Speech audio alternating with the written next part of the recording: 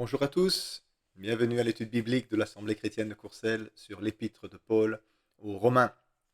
On est arrivé à l'épisode 8 et l'épisode 8 donc c'est au sujet du chapitre 6 de l'épître aux Romains. Alors un petit récapitulatif comme à chaque fois. Donc au chapitre 1er nous avons vu l'introduction de l'apôtre Paul et puis un état des lieux du monde où il a montré comment la civilisation humaine s'est effondrée à cause du péché. Il parle de toutes les nations au chapitre 1. Au chapitre 2, il va parler d'Israël qui n'est pas exempté. Israël aussi est tombé dans le péché. Et puis il va terminer son chapitre en redéfinissant ce que signifie la circoncision et ce qu'est vraiment un juif aux yeux de Dieu. Au chapitre 3, on a vu qu'il y avait un certain avantage à être juif, mais ils n'en ont pas tiré profit parce qu'ils ont cherché une justice ailleurs que celle que Dieu voulait, qui est la justice par la foi et non pas une justice par la loi.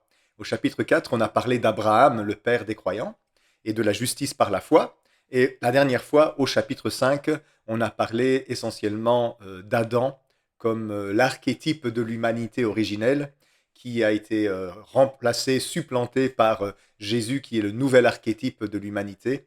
Et on terminait le chapitre 5 sur cette idée-là que la grâce a surabondé là où le péché a abondé. Et donc, on finissait le chapitre 5 par quelques versets qui résument bien notre propos. Les versets 20 et 21, pour raccorder avec le chapitre 6, c'est nécessaire que je le répète. Or, la foi est intervenue pour que l'offense abonde, mais là où Or, la loi, est intervenue pour que l'offense abonde, mais là où le péché a abondé, la grâce a surabondé. Afin que, comme le péché a régné par la mort, ainsi la grâce règne par la justice, pour la vie éternelle, par Jésus-Christ, notre Seigneur. Et donc, il termine ainsi le chapitre 5. Vous savez que dans la Bible, les chapitres n'existent pas. Et donc, on enchaîne directement avec le chapitre 6. Le chapitre 6 est donc un chapitre qui va traiter particulièrement du thème du péché. Il avait déjà inauguré ça dans le chapitre 5 en parlant plus simplement des péchés, mais de la puissance du péché qui gouverne sur l'humanité et dont Jésus nous a libérés. Eh bien, il va bien développer ce thème-là dans ce chapitre 6. D'ailleurs, ça va continuer jusqu'au chapitre 8. Et donc, on est entré dans cette suite d'idées que l'apôtre Paul va développer du chapitre 6 jusqu'au chapitre 8. Et le chapitre 6 commence donc par une question rhétorique. Cette question, certainement que certains se posaient au sujet de la pensée de Paul. Verset 1er, que dirons-nous donc? Demeurions-nous dans le péché afin que la grâce abonde? Donc il venait de dire que la grâce a surabondé là où le péché a abondé. Et alors il répond à une objection certainement que certains vont relever. Alors puisque la grâce surabonde là où le péché abonde, alors pourquoi ne pas demeurer dans le péché pour faire surabonder la grâce? Comme certains le taxaient d'enseigner. Alors, l'apôtre Paul n'est évidemment pas du tout d'accord avec ça, et cette question, elle est rhétorique pour lui, parce qu'il vient de développer en long et en large que vivre dans le péché, vivre de façon autonome, séparée et indépendante de Dieu, c'est la vie en Adam, et la vie en Christ est une vie différente, c'est une nouvelle humanité, une nouvelle façon de vivre sa vie. La première, celle d'Adam, elle est caractérisée par une vie sous le pouvoir du péché qui conduit à la mort. Et la vie du Christ, elle est caractérisée par une vie sous le pouvoir de la résurrection qui conduit à la grâce, à la justice et à la vie éternelle. Et donc pour Paul, la vie chrétienne ne peut pas être une continuation de la même vie qu'avant, vivre dans le péché en espérant que Dieu nous soit miséricordieux. Dieu nous a été miséricordieux et sa miséricorde nous a libérés du pouvoir du péché. Et donc pour Paul, c'est pas possible, c'est incompatible que quelqu'un prétende au nom de la grâce continuer à vivre dans le péché. Et donc au verset 2, il répond à sa question rhétorique, loin de là, nous qui sommes morts au péché, comment vivrions-nous encore sous le péché? Et donc là, il ajoute cette idée-là, nous sommes morts au péché. Alors, dans quel sens est-ce que nous sommes morts au péché? C'est le même sens que ce qu'on a vu la fois dernière, au niveau de l'identification. Donc, Jésus, il est mort pour nous, il s'est substitué à nous, il nous a remplacés, mais aussi il s'est identifié à nous. Et il reprend ici ce thème-là de l'identification. D'ailleurs, il va le développer encore plus clairement dans la seconde épître aux Corinthiens, dont je vous ai mis la citation juste sur l'écran. Dans 2 Corinthiens 5, 14 à 15, l'apôtre Paul dit « L'amour du Christ nous presse, parce que nous estimons que si un seul est mort pour tous, tous donc sont morts. Et qu'il est mort pour tous, afin que ceux qui vivent ne vivent plus pour eux-mêmes, mais pour celui qui est mort et est ressuscité pour eux. » Alors, qu'est-ce que ça veut dire ça? C'est la même idée, hein? Nous sommes morts au péché. Eh bien, pour Paul, la mort de Jésus nous implique, elle nous concerne. Il n'est pas simplement mort à notre place, il est mort pour nous en tant que nous, et parce qu'il est mort en tant que représentant de l'humanité, en lui, nous sommes morts. Christ n'est pas mort pour ses propres péchés, il n'en avait pas. Il est mort pour nos péchés, il s'est identifié à nous, et il n'a pas simplement pris notre place, il a joué notre rôle, il est entré dans nos souliers, et il a accompli ce que nous ne pouvions pas accomplir. Et donc, ce n'est pas qu'une substitution, mais c'est une vraie identification. Il s'est identifié à nous et il a accompli parfaitement ce que nous ne pouvions pas, en tant que nous, pour nous, en notre nom, on pourrait le dire. Et cela donc va forcément nous impacter. Puisqu'il est mort en tant que nous, par conséquent, en lui, nous sommes morts. Imaginez maintenant que vous avez un avocat et que vous envoyez votre avocat vous représenter quelque part. Bien, tout ce que cet avocat va faire et va conclure ne va pas l'engager lui personnellement, ça va vous engager vous, parce qu'il est votre représentant. Et donc Christ, il est notre représentant, hein, il est notre grand prêtre, hein, et donc en tant que notre représentant, ce qu'il accomplit et ce qu'il réalise dans sa vie et sa personne nous impacte nous directement. Parce qu'il ne le fait pas pour lui, il le fait pour nous en tant que nous. Et c'est de là que Paul va développer toute cette idée d'identification qui va le suivre à travers toute l'épître aux Romains. Donc d'une part, il y a l'archétype d'Adam, hein, le type d'Adam qui vit sa propre vie, qui fait sa propre volonté. Et puis, il y a le nouvel archétype, le nouveau type d'être humain qui est représenté par Jésus, qui lui sacrifie sa vie et accomplit complètement la volonté de Dieu. Et comment est-ce qu'on on en arrive là? Eh bien, pour Paul, eh bien, pour nous, de notre part, hein, notre engagement envers Dieu, ça se manifeste non pas par une crucifixion, hein, nous n'allons pas mourir à la croix, mais par un sacrement, celui du baptême. Et donc, il va enchaîner directement avec cette notion-là au verset 3 et 4. Il dit « Ignorez-vous que nous tous qui avons été baptisés en Jésus-Christ, c'est en sa mort que nous avons été baptisés. Nous avons donc été ensevelis avec lui par le baptême, en sa mort, afin que comme Christ est ressuscité des morts par la gloire du Père, de même nous aussi, nous marchions en nouveauté de vie. » Alors, pour Paul, être baptisé, c'est le premier pas de la vie chrétienne. Pour Paul, c'est être enseveli en Christ. Et l'expression en Christ va traverser toute la pensée paulinienne, hein. Donc dans toutes ces épîtres, vous allez régulièrement voir cette expression-là, en Christ, en lui. Si vous voulez voir le comble de ce genre de réflexion, lisez l'épître aux Éphésiens, où Paul va ne pas arrêter avec en Christ, en lui, en lui, en lui. Pour Paul, le salut, c'est être en Christ. C'est ça, être sauvé. Et donc, comment est-ce que nous pouvons être en Christ? Eh bien, pour Paul, l'acte qui vraiment authentifie cette inclusion en Christ pour un chrétien, c'est son baptême. Votre baptême est un enterrement de votre vie d'avant. Votre vie en Adam, on pourrait dire, votre vie humaine naturelle. Et donc, toute l'idée du salut de Paul est liée à cette idée-là. Nous sommes morts à notre vieille identité, notre vieille nature, en Adam, en l'homme naturel, et nous sommes maintenant inclus en Christ. Et donc, être sauvé pour Paul, c'est être en Christ, et ça passe par le baptême. Jésus disait, celui qui croira et qui sera baptisé sera sauvé. Celui qui ne croira pas sera condamné. Et donc, l'acte du baptême est très important, et Paul n'a pas une théologie du baptême minimaliste, hein. Pour Paul, le baptême, ce n'est pas un simple symbole vide qui n'accomplit rien.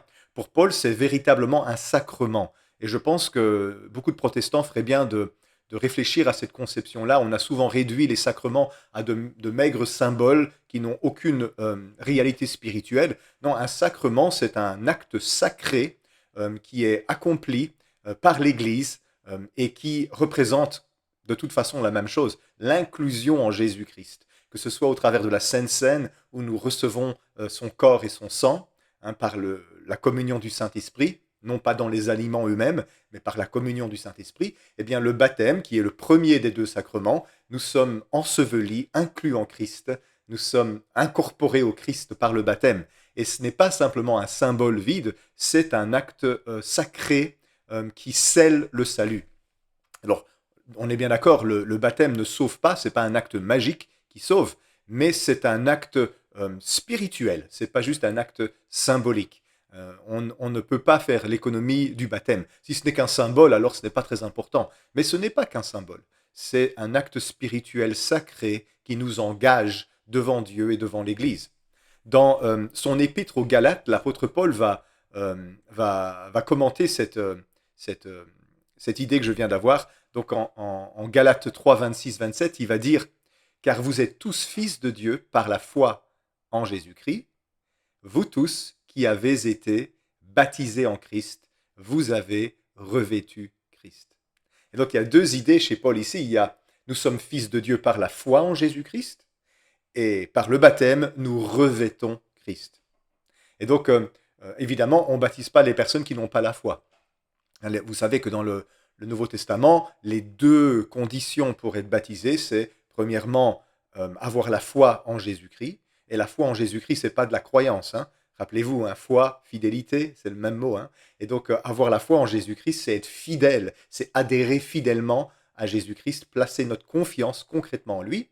Et la deuxième condition du baptême, c'est la repentance.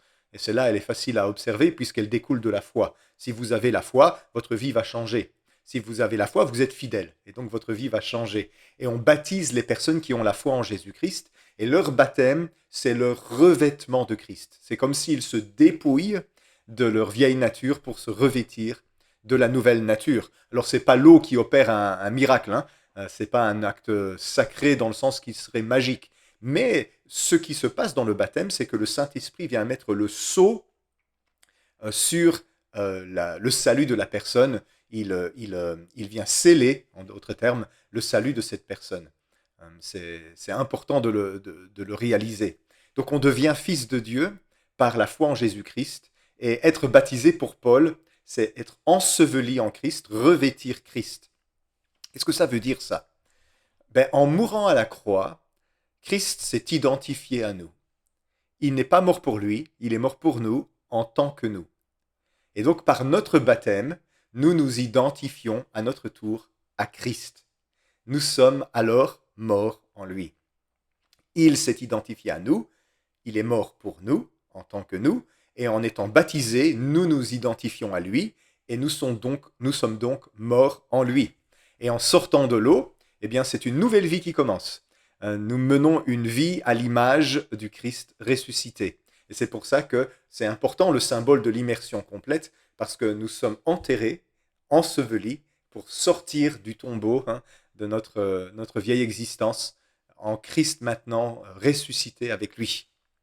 Et donc Paul, il continue sur cette idée-là, verset 4, « Nous avons donc été ensevelis avec lui par le baptême en sa mort, afin que comme Christ est ressuscité des morts, par la gloire du Père, de même nous aussi, nous marchions en nouveauté de vie. » Et donc, pour Paul, c'est impossible que quelqu'un qui soit en Christ, qui a foi en Christ, qui est baptisé en Christ, n'ait pas une vie nouvelle, une vie transformée. Un chrétien, un disciple de Jésus-Christ, un enfant de Dieu, va montrer ce qu'il est par son changement.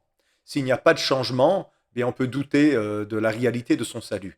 Parce qu'un salut qui ne se voit pas, qui ne se traduit pas par la foi et par la repentance, ce n'est pas un salut du tout. Alors évidemment, on n'attend pas la perfection du jour au lendemain. C'est un processus, c'est le Seigneur qui opère tout ça en nous. Mais ça doit se manifester par la foi en Jésus-Christ et un comportement fidèle à lui qui se manifeste par une repentance.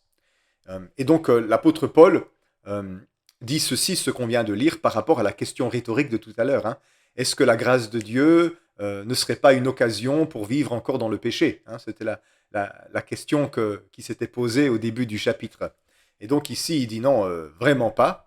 La personne qui est ensevelie avec Christ dans sa mort par le baptême, eh bien, elle sort de cette mort avec une vie nouvelle à l'image de celle de Jésus-Christ. Et c'est un acte qui est accompli par la gloire du Père. Et la gloire du Père, c'est le Saint-Esprit. Le Saint-Esprit va opérer quelque chose dans la vie du chrétien. Verset 5. En effet, si nous sommes devenus une même plante avec lui par la conformité à sa mort, nous le serons aussi par la conformité à sa résurrection.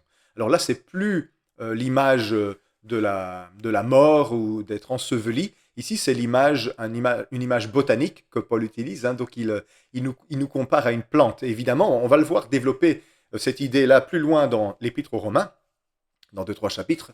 Mais ici, il prend l'image d'une greffe. Nous sommes devenus une même plante avec lui. Alors, quand est-ce que une branche devient une seule plante avec une autre plante?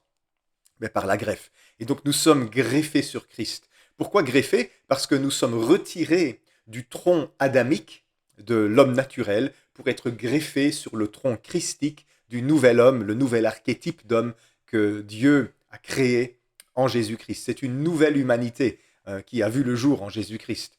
Et donc, si nous sommes sevrés, nous sommes coupés, nous sommes séparés du vieux tronc, du vieil arbre dont nous faisions partie, hein, qui est caractérisé par l'asservissement au péché et par la finalité qu'est la mort, eh bien, nous sommes coupés de ce tronc-là, ça c'est la conformité à sa mort, et nous sommes greffés sur Christ, qui, lui, a une sève qui coule dans son tronc de vie, de résurrection, de justice, de paix avec Dieu.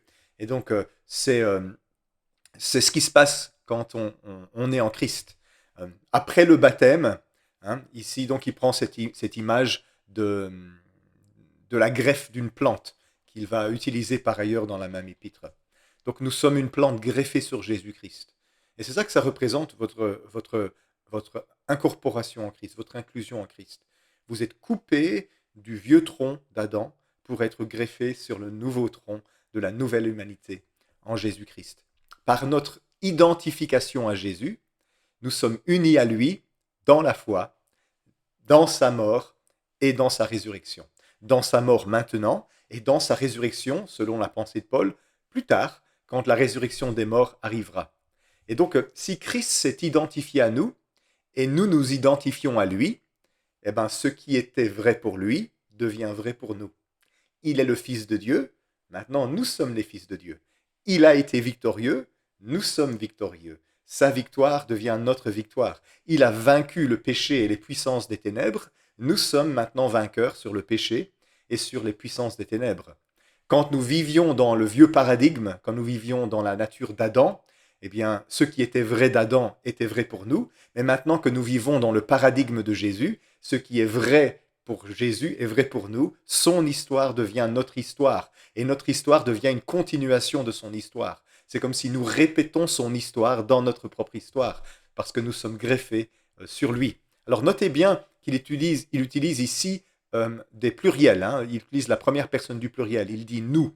Il dit pas toi, il dit pas vous, il dit nous, parce que c'est pas simplement une notion individualiste ici, c'est aussi une notion collective. N'oubliez pas que dans l'Épître aux Romains, il y a tout cet enjeu de qui est le peuple de Dieu.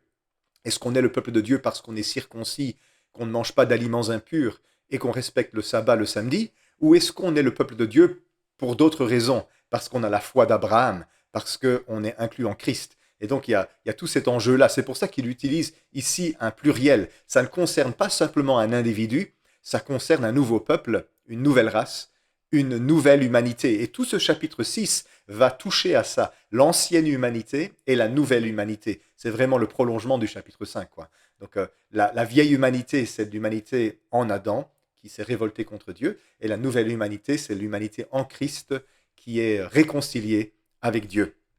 Verset 6. Sachant que notre vieil homme a été crucifié avec lui, afin que le corps du péché soit réduit à l'impuissance, pour que nous ne soyons plus esclaves du péché. Alors, ça c'est un verset très intéressant qui mérite d'être commenté. Hein, littéralement, il dit vieil homme, mais en fait c'est vieille humanité. Il utilise le terme générique anthropos, donc c'est le genre humain, notre vieux genre humain, notre vieille espèce humaine. Il utilise l'adjectif palaios, qui a donné paléo, comme dans paléontologie, comme dans les études archéologiques sur les vieux fossiles. Donc notre paléo-nature, notre ancienne nature, notre vieille humanité. Donc, mais c'est quoi cette vieille humanité? Ben, évidemment, il est en train de parler du vieil homme qu'est Adam. Donc c'est le premier homme. Donc le vieil homme, c'est la vieille nature adamique, la vieille humanité qui est caractérisée par la façon de vivre d'Adam. Qui est quoi? Ben, qui est de s'émanciper de Dieu, de vivre autonome, de vivre sans tenir compte de Dieu, de vivre en dehors de la communion avec Dieu. Et donc, ce qui a été crucifié en Jésus-Christ à la croix, c'est la vieille nature humaine, adamique. Jésus l'a crucifiée, il l'a déconstruite. C'est comme s'il mettait un terme à la vieille espèce humaine pour inaugurer une nouvelle espèce humaine. L'ancienne espèce humaine était caractérisée par la séparation avec Dieu. La nouvelle espèce humaine, elle est caractérisée par la réconciliation et l'union avec Dieu. Dans la vieille espèce humaine, eh bien, Dieu était loin de nous et nous étions loin de lui, nous faisions ce que nous voulions et nous ne tenions pas compte de lui. Dans la nouvelle espèce humaine, eh bien, celui qui s'attache au Seigneur forme avec lui un seul esprit. Nous sommes unis à Dieu. Cette nouvelle espèce humaine est une espèce unie à Dieu. Alors, on ne se rend peut-être pas compte de l'importance de ceci, mais avec la venue de Jésus, une nouvelle espèce humaine voit le jour. C'est plus simplement l'homo sapiens sapiens, c'est l'homme en communion avec Dieu. C'est l'homme qui est uni à Dieu par Jésus-Christ. Et donc, par sa mort, Jésus a déconstruit, a détruit la vieille humanité, l'ancienne nature, à l'image du premier homme pécheur. Et si cette vieille humanité, elle a été défaite, déconstruite, eh bien, c'est que nous ne sommes désormais plus sous son pouvoir. Et c'est ce qu'il dit ici, afin que le corps du péché soit réduit à l'impuissance. Alors le mot impuissance, c'est important, parce que le péché n'est pas extirpé de la nature humaine, mais il est simplement totalement réduit à l'impuissance. Ça signifie quoi? Ça signifie que nous ne sommes plus sous ce maître-là. Nous ne sommes plus asservis à sa volonté, à ses impératifs. Nous sommes désormais, grâce à Jésus-Christ, libérés du vieux maître qui nous réduisait en esclavage. Nous ne sommes plus des esclaves. Ça signifie quoi? Donc, en pratique, bien, nous ne sommes pas obligés de lui obéir. Nous pouvons désormais lui désobéir. Ça, c'est pour tous ceux qui disent « c'est plus fort que moi ». Non, ce n'est pas plus fort que toi. Avec Jésus-Christ, qui t'a libéré de l'esclavage du péché, ce n'est pas plus fort que toi. Et si tu veux continuer à pécher, c'est parce que tu décides d'y obéir, mais tu n'es pas obligé d'y obéir parce que tu as été libéré de la servitude du péché. C'est un peu comme si on affranchissait un esclave, mais qui décide de rester quand même dans les chaînes. Si un esclave reste encore dans les chaînes, ben c'est son propre choix. Si j'ouvre la cage à un oiseau, mais qui préfère ne pas sortir de la cage parce qu'il est confortable dans les barreaux, ben ça devient le choix de l'oiseau. Nous avons été libérés de la servitude. Ça ne signifie pas que nous ne sommes plus capables de pécher, attention. La nature pécheresse n'est pas extirpée, mais ça signifie qu'elle est réduite à l'impuissance. En d'autres termes, nous ne sommes pas obligés de pécher. Nous ne sommes pas asservis au péché. Nous ne sommes pas des esclaves du péché. Et donc si nous péchons, ça sera volontairement. Mais nous ne sommes plus ses esclaves, nous ne sommes plus obligés de lui obéir. Et donc il continue au verset 7, « Car celui qui est mort est libre du péché. » Alors la traduction n'est pas très heureuse, parce qu'en grec, le mot « libre » n'est pas dans le texte. Littéralement, ça dit « car le étant mort », donc celui qui est mort, a été justifié ou plus précisément, a été déclaré, prononcé juste du péché, par rapport au péché.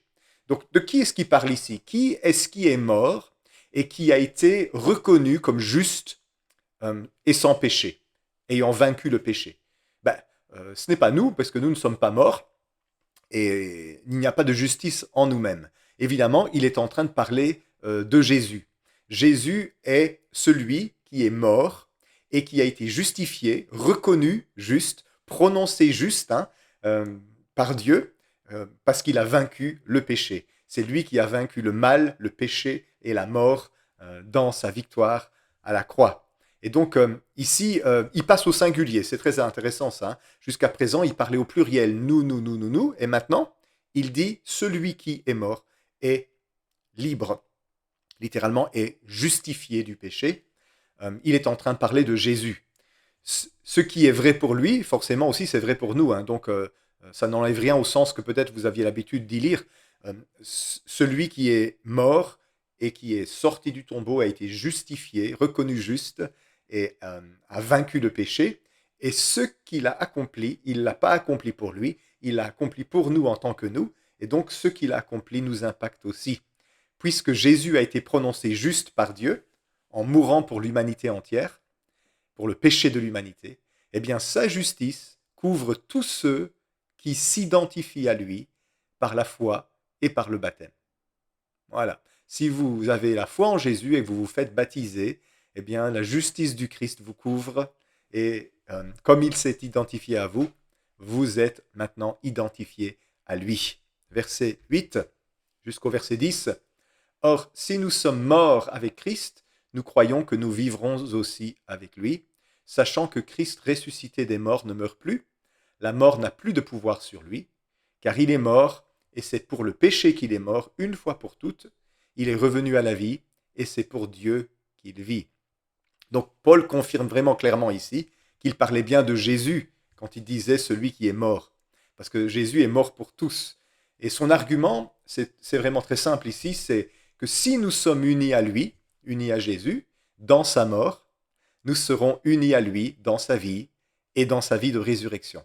Donc Paul, il place là l'être humain en tension entre le passé et le futur. Donc nous ne sommes plus ce que nous étions, nous ne sommes pas encore ce que nous serons, nous sommes en transition, nous sommes dans ce processus qui vient, qui vient de notre passé où nous étions unis à l'homme déchu, et nous sommes maintenant greffés sur l'homme nouveau, sur Jésus-Christ, et nous allons vers la vie éternelle et la gloire éternelle et la justification.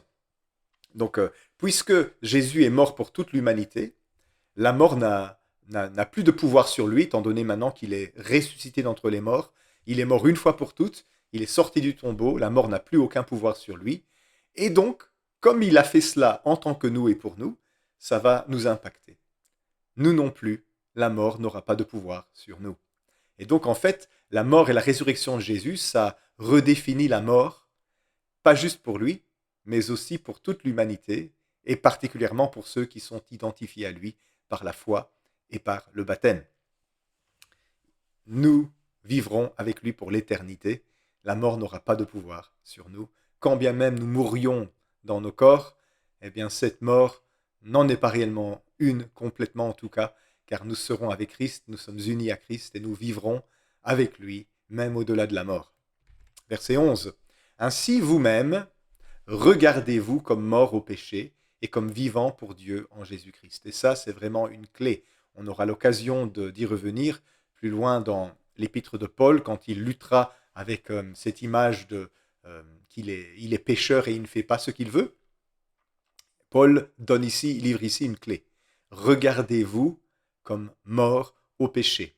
Littéralement, considérez-vous, raisonnez-vous, réfléchissez-vous comme morts au péché.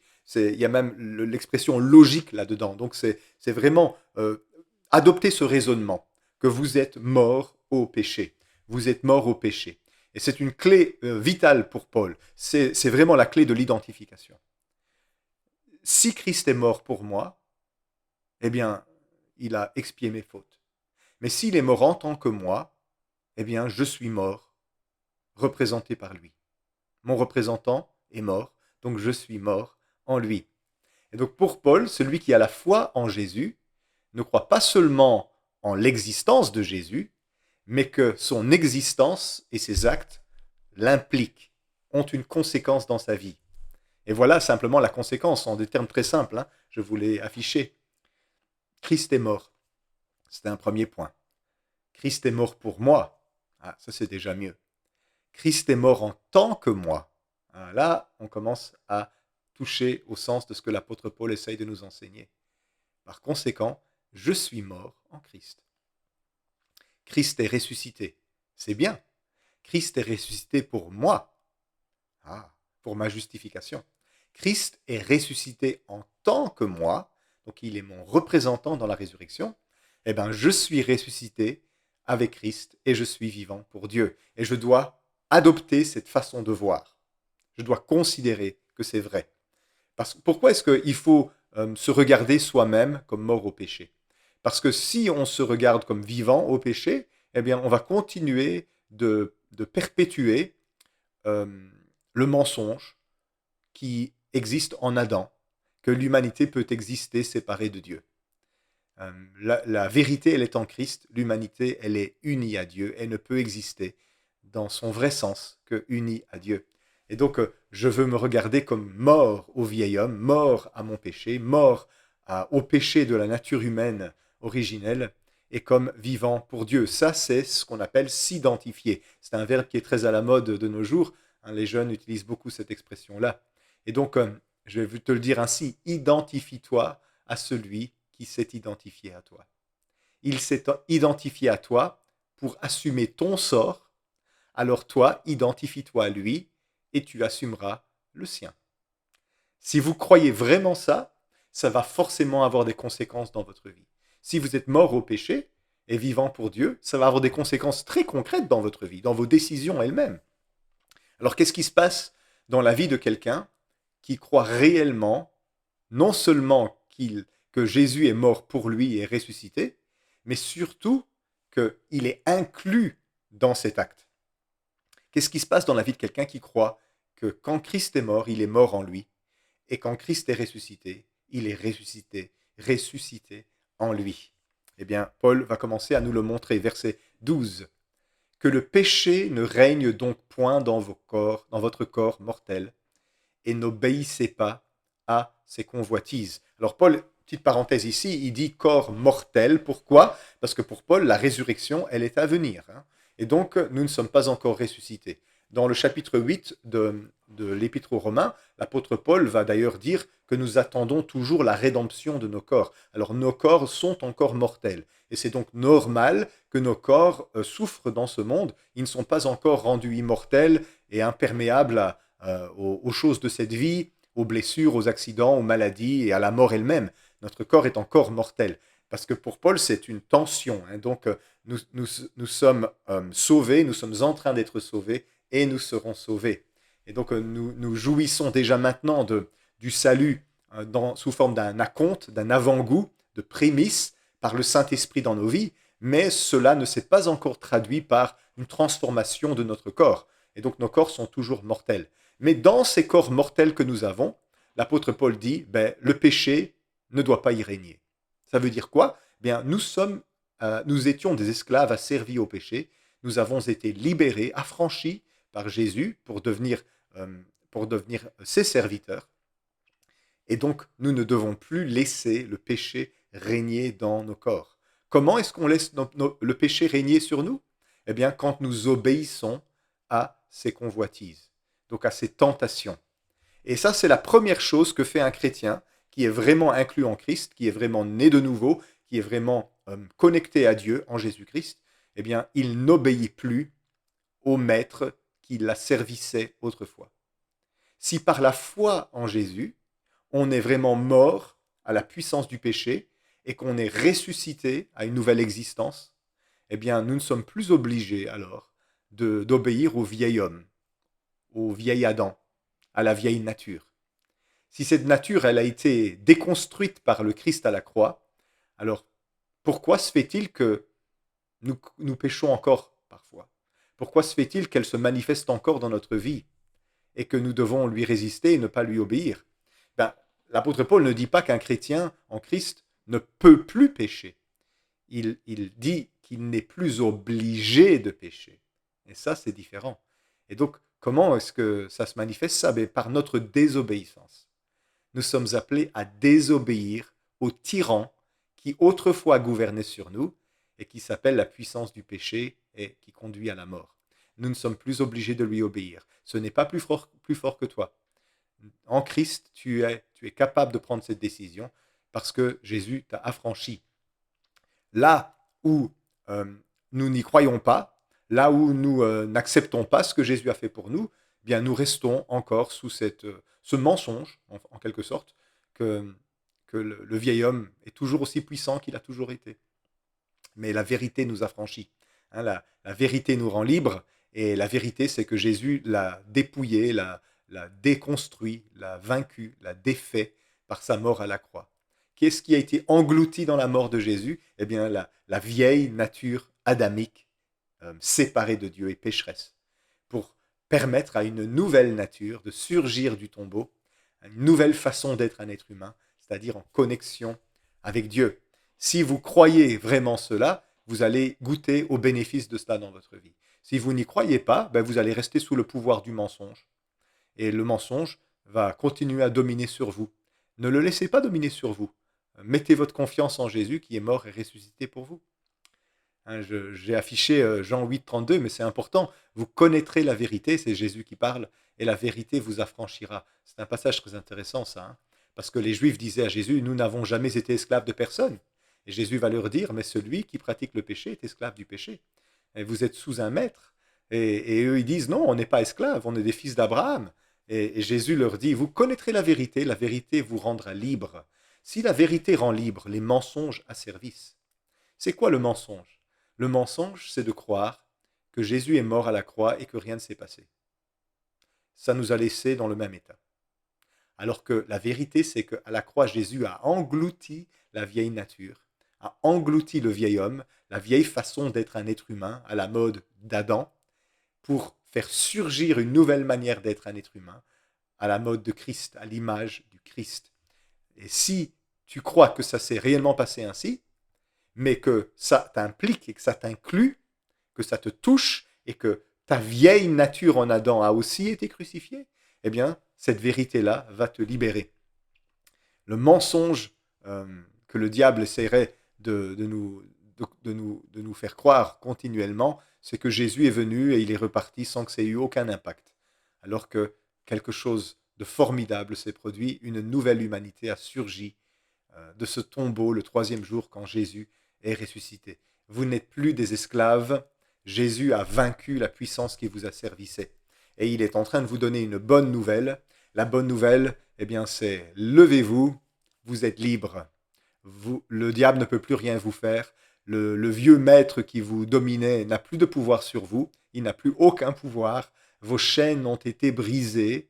Et maintenant, vous pouvez commencer une nouvelle histoire. Vous connaissez hein, cette histoire qu'on raconte sur le bébé éléphant. Hein, je ne sais pas si c'est vrai, si c'est authentique, mais on raconte cette histoire que pour dresser un bébé éléphant en Inde, on lui attache une chaîne à une patte que l'on attache à un pieu dans le sol. Et au début, le bébé éléphant va se débattre, il va essayer de casser la chaîne, mais petit à petit, il va très vite comprendre qu'il est coincé et il va accepter son état, qu'il est lié. Et puis, plus tard, on va libérer le petit bébé éléphant et on va laisser un petit morceau de chaîne sur sa patte pour qu'il se rappelle de ce contact. Et ça va avoir comme effet que l'éléphant va toute sa vie durant penser qu'il est enchaîné, alors qu'il ne l'est plus. Parce qu'il va garder la sensation de la chaîne sur sa patte, il va penser qu'il est toujours asservi. Eh bien, de la même manière, Christ nous a libérés de cette chaîne contre laquelle nous nous battions autrefois. Et parce que nous en gardons le souvenir, nous pensons que nous sommes encore asservis, parce que nous n'avons pas encore réalisé à quel point il nous a réellement libérés du mal. Jésus a réellement tout accompli. Il a vraiment vaincu le diable. Il a vraiment vaincu le péché. Il a vraiment vaincu la mort. Et il n'a pas fait ça pour lui. Il a fait ça pour nous, en tant que nous. Et donc, parce qu'il est mort, en lui, nous sommes morts à toutes ces choses. Parce qu'il est ressuscité, en lui, nous sommes ressuscités à la vie pour Dieu. Donc, regardez-vous vous-même comme mort. Se considérer comme mort, c'est une façon de s'identifier. Je suis mort. Je suis réellement mort en Jésus-Christ. Ma vieille façon d'être, elle n'existe plus. Elle est morte en Jésus-Christ. Le mensonge est persistant, hein, parce que souvent on retombe dans nos vieilles manières de penser et d'agir. Donc on disait tout à l'heure, quelqu'un qui est en Christ, premièrement, il n'est plus obligé d'obéir à la puissance du péché qui l'asservissait. Et deuxièmement, ça va plus loin, verset 13, Paul dit « Ne livrez pas vos membres au péché comme des instruments d'iniquité, mais donnez-vous vous-même à Dieu, comme étant vivants de mort que vous étiez, et offrez à Dieu vos membres comme des instruments de justice. » Donc, la deuxième chose qui va se passer, donc première chose, on n'est pas obligé d'obéir à la convoitise. La deuxième chose, c'est qu'on va positivement maintenant, plus négativement, mais positivement, se consacrer à Dieu. On va consacrer nos membres, c'est-à-dire nos sens, notre corps, nos fonctions. On va les consacrer à Dieu. On n'obéit plus au péché d'une part, mais positivement, on va se donner à Dieu. Et c'est un problème pour beaucoup de personnes. Parfois, les gens pensent que la sainteté, ça consiste à ne plus faire de mal. Oui, c'est une partie de la sainteté, mais l'autre partie, qui est sans doute encore plus importante, c'est de commencer à faire la volonté de Dieu. D'ailleurs, dans la Bible, quand on utilise le mot saint, ça veut dire consacré à Dieu. C'est pas consacré à Dieu simplement parce que ça ne touche rien de mal, mais c'est consacré à Dieu parce que ça sert aux intentions de Dieu. Donc, par exemple, le mot est utilisé pour les instruments dont on se sert pour les sacrifices du temple. On va dire qu'une fourchette est consacrée à Dieu, une marmite est consacrée à Dieu, pas parce que simplement elle ne sert pas à un usage profane, mais parce qu'elle sert à un usage sacré. Et beaucoup de personnes passent leur vie à essayer de ne pas pécher, mais ils oublient de faire ce que Dieu leur demande de faire, qui est vraiment l'essence et le but de ce que Dieu poursuit. Et d'ailleurs, c'est ça tout le problème. Plus vous essayez d'arrêter de pécher, bien plus vous vous concentrez sur le péché. Mais si, au lieu de ça, vous vous considérez comme mort au péché, vous abandonnez cette vieille façon d'être, vous vous consacrez comme un instrument de Dieu et vous servez Dieu, en servant Dieu, vous n'aurez pas le temps de pécher parce que vous serez préoccupé par deux autres choses.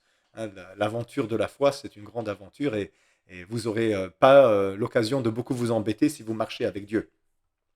Et donc, on va se donner à Dieu pour lui obéir et on va faire de nos membres, de notre corps et nos sens intérieurs des instruments de sa justice. Versets 14 et 15. Car le péché n'aura point de pouvoir sur vous, puisque vous êtes non sous la loi, mais sous la grâce. Quoi donc? Pécherions-nous parce que nous sommes non sous la loi, mais sous la grâce? Loin de là. Donc là, il revient encore avec sa question rhétorique du début. C'est vraiment à ça qu'il essaye de répondre dans ce chapitre. Mais il dit, le péché n'aura pas de pouvoir sur vous, puisque vous êtes non sous la loi, mais sous la grâce. Et donc, qu'est-ce qu'il est en train de nous dire ici? Eh bien, il est en train de nous dire que Jésus, dans sa grâce, il a accompli pour nous ce que la loi ne pouvait pas faire. Qu'est-ce que la loi ne pouvait pas faire? La loi ne pouvait pas nous sauver. La loi fait mourir le pécheur, mais elle laisse intact le péché. La grâce fait mourir le péché et elle laisse intact le pécheur. Elle le laisse vivre. Donc, la loi, elle condamne, la grâce fait vivre. La loi blesse, la grâce guérit. Et donc, nous ne sommes plus sous la loi qui accentue le péché en montrant du doigt ce qui n'est pas bien. On est sous la grâce qui nous rend capables d'être affranchis, de vivre une vie affranchie du péché. Et donc, à cause de cette grâce, le péché n'aura plus de pouvoir sur vous. Parce que si vous êtes mort en Christ et que vous vous considérez comme mort en Christ, eh bien, par la grâce qui est en Christ, eh bien, le péché n'aura plus sa domination sur vous. Paul se justifie encore ici. Il n'arrête pas avec sa question rhétorique. Il n'est pas en train de nous prêcher un évangile libertin et licencieux. L'évangile ne te permet pas de vivre dans le péché en te cachant derrière la grâce. L'évangile te libère du péché, car Jésus a réellement défait l'humanité pécheresse pour la recréer à son image par sa mort et sa résurrection. Verset 16. Ne savez-vous pas qu'en vous livrant à quelqu'un comme esclave pour lui obéir, vous êtes esclave de celui à qui vous obéissez, soit du péché qui conduit à la mort, soit de l'obéissance qui conduit à la justice. Alors là, Paul, il reprend vraiment une idée de Jésus. Quand les Juifs disaient à Jésus qu'ils n'étaient jamais esclaves de personne et qu'ils étaient les enfants d'Abraham, Jésus leur a dit, celui qui pratique le péché est esclave du péché. Et donc c'est vraiment la même idée ici. Peut-être que l'apôtre Paul s'est laissé inspirer par cette parole-là. Bien que l'épître aux Romains ait été écrite longtemps avant l'évangile de Jean, mais peut-être que la parole de Jésus était connue. On voit clairement en tout cas cette influence ici. Ce qui est aussi d'ailleurs une pensée très présente dans le judaïsme. Donc peut-être que ça vient de là. Mais donc Paul il dit ici que vous avez la liberté maintenant de choisir qui vous allez obéir. Si vous vous livrez à Christ pour lui obéir, eh bien vous êtes ses serviteurs. Mais si dans votre libre arbitre, vous choisissez de maintenant continuer à vivre dans le péché alors que Christ vous a affranchi, eh bien vous devenez ses esclaves. Vous êtes délibérément, volontairement des esclaves de ce maître dont Dieu vous a libéré en Jésus-Christ. Et ça va avoir des conséquences, et pas des moindres. Soit vous serez des esclaves du péché, qui va vous conduire à la mort, et ce n'est pas simplement la mort physique, hein, c'est la mort éternelle ici. Soit vous serez des serviteurs de l'obéissance qui conduit à la justice. Et donc la justice, rappelez-vous, c'est avoir raison, c'est être dans le droit, c'est être reconnu comme juste et vrai aux yeux de Dieu. Et donc qui sera justifié? Eh bien celui qui n'est plus esclave d'Adam, mais qui est esclave du Christ, qui ne vit plus dans le vieil arbre de la nature humaine déchue, mais qui vit du nouvel arbre de la nouvelle humanité recréée en Jésus-Christ. Et donc ici, Paul, il s'adresse vraiment clairement à ceux qui pensent être sauvés par la grâce, mais en continuant volontairement leur vie dans le péché. J'en rencontre souvent, qui pensent que Dieu est bon et miséricordieux, et que ce n'est pas grave, parce que tout sera pardonné. Ce n'est pas du tout l'évangile, hein, ça. L'apôtre Paul le dit clairement ici, si vous obéissez au péché, ben, la suite, ça sera la mort. Et ce n'est pas juste la mort physique, hein, c'est la mort éternelle. Si vous vous cachez derrière la grâce de Dieu pour continuer à vivre dans vos péchés, alors que vous êtes affranchis en Christ de l'obligation du péché, de la servitude du péché, eh bien, ça va vous conduire à la mort éternelle, même si vous croyez à l'existence de Jésus. Rappelez-vous, la foi n'est pas une croyance, hein. La foi est une confiance fidèle. Si vous vraiment vous avez la foi, ça va se traduire par une vie de confiance en Dieu et de repentance. Et donc, ici, Paul, il est très clair pour tous ceux qui oseraient le salir en disant qu'il prêche le libertinage, un salut gratuit, sans conséquence, peu importe la vie qu'on a menée. Si par la foi, vous êtes vraiment unis avec Jésus, en sa mort et sa résurrection, eh bien, la suite va suivre. Vous allez suivre son chemin, qui est le chemin de l'obéissance à la volonté de Dieu, et cette voie conduit à la justification finale, comme Jésus lui-même a été prononcé juste aux yeux de Dieu par la résurrection d'entre les morts. Verset 17, on avance, bientôt terminé. Mais grâce soit rendue à Dieu de ce que, après avoir été esclave du péché, vous avez obéi de cœur à la règle de doctrine dans laquelle vous avez été instruits.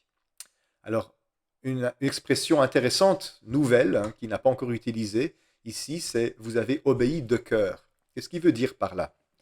Un chrétien, c'est pas quelqu'un qui obéit extérieurement selon la lettre, juste pour la forme. Un chrétien, c'est quelqu'un qui obéit de cœur. Qu'est-ce que ça signifie obéir de cœur? Littéralement en grec, c'est à partir de son cœur, hors de son cœur. Donc, qu'est-ce que ça signifie? Ça signifie que son cœur a été changé. Il y a quelque chose qui s'est passé dans le cœur. Ce n'est pas juste un changement de comportement, c'est un changement de cœur. Il n'est plus en Adam, il est en Christ, et donc il a un nouveau cœur. Dieu a créé en lui un nouveau cœur. Et ce cœur n'est pas un cœur rebelle, mais c'est un cœur obéissant.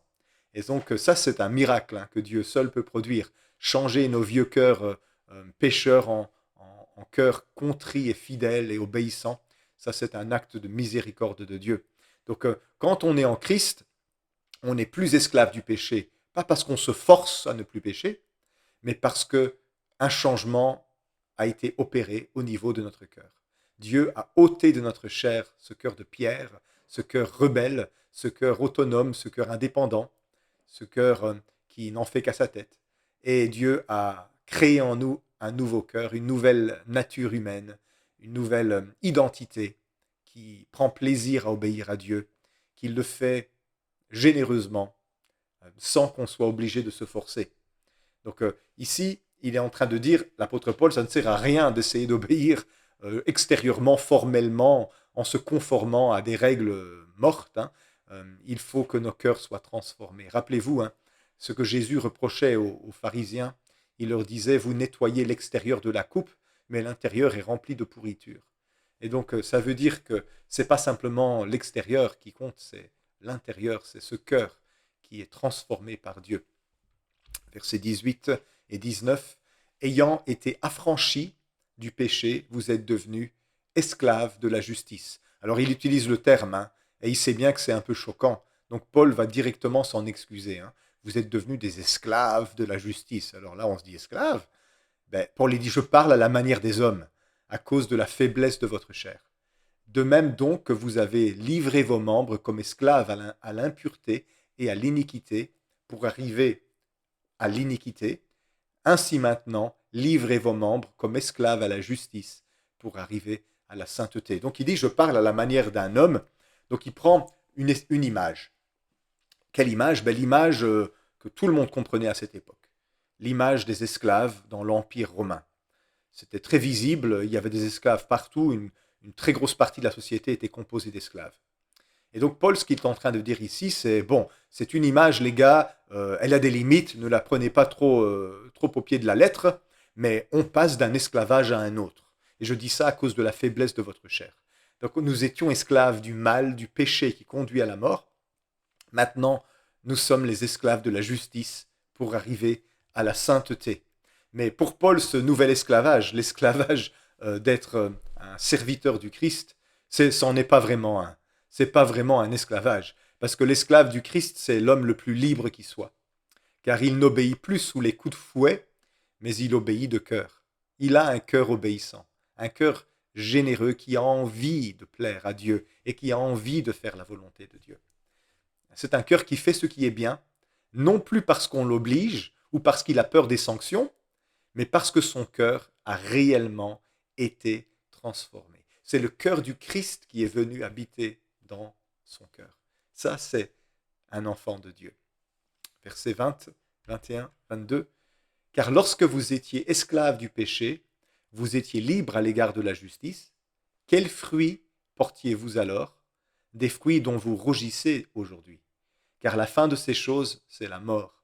Mais maintenant, étant affranchis du péché et devenus esclaves de Dieu, vous avez pour fruit la sainteté et pour fin la vie éternelle. C'est encore la même idée que Paul poursuit.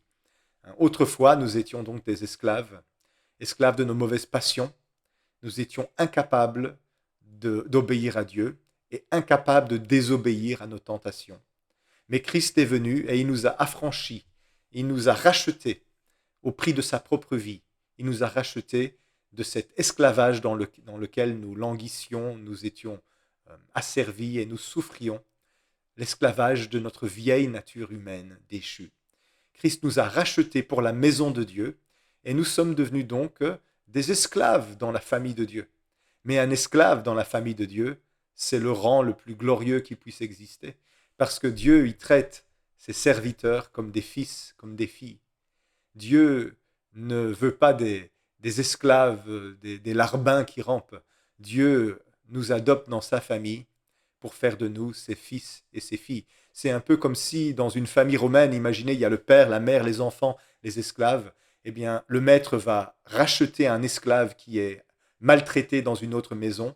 Il va le faire venir dans sa maison et il va l'adopter parmi ses fils et il va lui donner une part d'héritage avec ses fils. Ça, c'est cette image que l'apôtre Paul, évidemment, a en tête. Donc, il y a une limite à cette idée-là que nous sommes des esclaves. Il ne faut pas la pousser trop loin.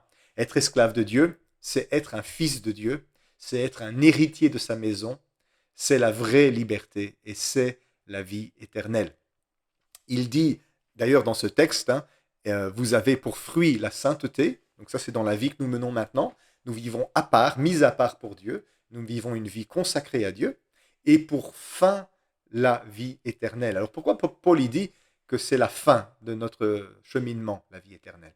Bon, petite parenthèse, mais peut-être que vous avez l'habitude de lire l'évangile de Jean, où on voit Jésus dire « vous avez la vie éternelle », on voit Jean nous répéter vous avez la vie éternelle. Hein, celui qui croit en moi a la vie éternelle. Donc Paul et Jean n'ont pas la même perspective. Ils ont tous les deux raison, mais c'est un angle différent. Chez Jean, Jean, il regarde ce qui est déjà là, le déjà là. Et il dit, ben, l'avant-goût du Saint-Esprit que nous avons est déjà la vie éternelle. Mais pour Paul, lui, il ne regarde pas le déjà là, il regarde ce qui n'est pas encore présent, ce vers quoi nous tendons, et il dit, la vie éternelle, c'est encore autre chose. Parce que la vie que nous avons maintenant, l'avant-goût que nous avons maintenant, la compte des biens futurs que nous avons maintenant, n'est rien du tout comparé à ce que nous aurons après la résurrection. Et donc pour Paul, il dit que la finalité de ce cheminement, c'est la vie éternelle, c'est-à-dire la vie après la résurrection d'entre les morts. Alors, c'est important de faire la différence. Vous savez, tous les auteurs du Nouveau Testament ne disent pas exactement la même chose. C'est pas qu'ils se contredisent, mais ils ont des perspectives différentes. Et donc, il y a le déjà là et il y a le pas encore présent. Hein, Jean, il est plutôt du côté du déjà là, et Paul, il est plutôt du côté du pas encore présent. Jean, il insiste sur ce que nous avons déjà, et Paul, il insiste sur ce que nous aurons plus tard. Et donc c'est ça la perspective ici quand il dit « et pour fin la vie éternelle ». La vie éternelle, dans la pensée de Paul, c'est après la résurrection d'entre les morts. Et le dernier verset, le verset peut-être le plus célèbre de l'Épître aux Romains, « car le salaire du péché, c'est la mort, mais le don gratuit de Dieu, c'est la vie éternelle en Jésus-Christ, notre Seigneur ». Donc ça c'est le verset 23. Le salaire du péché, c'est la mort, mais le don gratuit de Dieu, c'est la vie éternelle, en Jésus-Christ, notre Seigneur. Qu'est-ce qu'il veut dire Paul par le salaire du péché, c'est la mort? C'est pas vraiment comme un travail, hein, donc on ne touche pas un salaire. Et ce qu'il veut dire, c'est que c'est une conséquence. Comme il a dit à travers toute son épître jusqu'à présent. Le péché conduit à la mort. La suite logique du péché, c'est la mort. Pourquoi? Parce que le péché, c'est pas simplement faire des actes moraux mauvais. Le péché, c'est passer à côté du plan de Dieu. Le péché, c'est s'émanciper du plan de Dieu, c'est rompre avec la vocation de Dieu pour l'être humain. C'est faire autre chose que ce que Dieu avait voulu pour nous. C'est ça le péché. Hein, rappelez-vous, c'est un mot qui est tiré du vocabulaire du tir à l'arc. C'est passer à côté de la cible, le péché. En hébreu, rata, c'est rater la cible. Et en grec, c'est la même expression, c'est d'ailleurs souvent utilisé pour ce genre de contexte. Péché, c'est passer à côté du plan de Dieu, c'est passer à côté de la cible. Ça va avoir forcément une conséquence. Pourquoi? Parce que la cible, le but, la fin vers laquelle Dieu nous destine, à laquelle Dieu nous destine, c'est la vie éternelle, la communion éternelle avec lui. Et donc, si nous péchons, nous passons à côté de la cible, nous ratons le but.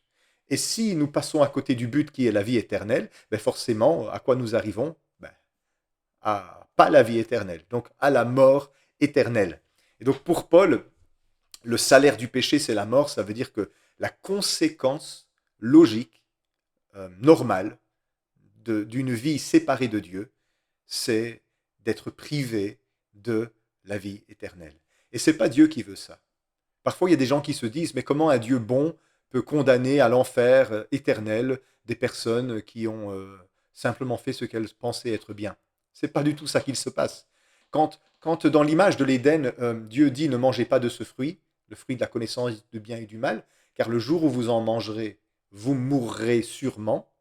Il n'a pas dit car le jour où vous en mangerez, je vous tuerai ou je vous condamnerai à l'enfer. Il a dit le jour où vous en mangerez, vous mourrez. Pourquoi? Parce que l'image du péché originel, c'est s'émanciper de Dieu, c'est se couper de Dieu. C'est moi dans mon coin, je veux décider par moi-même ce qui est bien et ce qui est mal. C'est ça le fruit de la connaissance du bien et du mal. Moi, je veux décider par moi-même ce qui est bien et ce qui est mal. Je fais ce que moi je pense qui est bien. Voilà. Et j'appelle mal ce que moi je pense qui est mal. Et généralement, ce qui est mal, c'est ce qui ne me fait pas plaisir, et ce qui est bien, c'est ce qui me fait plaisir. C'est comme ça que l'être humain, il est. Et donc, en vivant dans cette façon-là, Dieu dit, ben, cette façon de vivre-là, de s'émanciper de moi qui suis la vie éternelle, elle va vous conduire vers la conséquence inéluctable, qui est le résultat de votre propre choix, la mort éternelle. Donc le salaire du péché, c'est la mort. Ça consiste à dire que si vous passez à côté du plan de Dieu, qui est la vie éternelle pour vous, il ne faut pas s'étonner que vous récoltiez l'inverse, la mort éternelle. Mais son plan, c'est la vie éternelle pour tous en Jésus-Christ. Ne vous soustrayez pas au plan de Dieu. Ne vous soustrayez pas au plan de la vie éternelle. Parce que ça, c'est le sort le plus horrible qui puisse exister. C'est cette réalisation dans l'éternité que je suis perdu parce que j'ai rejeté la vie éternelle. Je me suis moi-même enfermé dans ce sort horrible d'être séparé de Dieu. Comme disait C.S. Lewis, l'enfer est une prison dans laquelle on s'enferme soi-même à clé de l'intérieur. C'est nous qui avons fait ça. Et c'est d'autant plus grave que le don de la vie éternelle, il le dit ici, est gratuit. Mais le don gratuit de Dieu, c'est la vie éternelle en Jésus-Christ, notre Seigneur. Et donc, pour résumer ce qu'on a vu dans les chapitres 5 et 6 maintenant, c'est en quelques phrases. Il y a donc deux arbres, il y a donc deux chemins. Il y a un chemin qui est en Adam, l'archétype de l'homme rebelle, qui n'en fait qu'à sa tête, qui décide par lui-même ce qui est bien et ce qui est mal. Eh bien, cette façon de vivre-là, c'est ce qui s'appelle rater le but, c'est-à-dire pécher. Ça conduit à la mort, et à la mort éternelle. Et puis, il y a une autre façon d'être qui a été inaugurée par Christ, et nous avons, grâce à lui, été greffés sur cette nouvelle façon de vivre, parce qu'il a mis à mort la vieille façon d'être pour inaugurer une nouvelle façon d'être, une relation avec Dieu, en communion avec Dieu. Et ce chemin-là, c'est un chemin d'obéissance de cœur à Dieu. Nous n'obéissons plus parce que nous sommes sous une loi, parce que nous sommes obligés. Nous obéissons à la volonté de Dieu par un cœur généreux qui a envie de lui faire plaisir, parce que nous l'aimons et nous aimons sa parole et nous aimons sa volonté, parce que nous avons réussi à comprendre que ce que Dieu appelle bien, c'est bien, et ce que Dieu appelle mal, c'est mal. Nous sommes devenus d'accord avec lui. Et donc ce chemin-là, c'est le chemin de l'inclusion en Christ, dans la résurrection et dans la vie éternelle. Et c'est ce que je souhaite pour vous, c'est ce que je souhaite que vous choisissiez comme chemin. N'endurcissez pas votre cœur.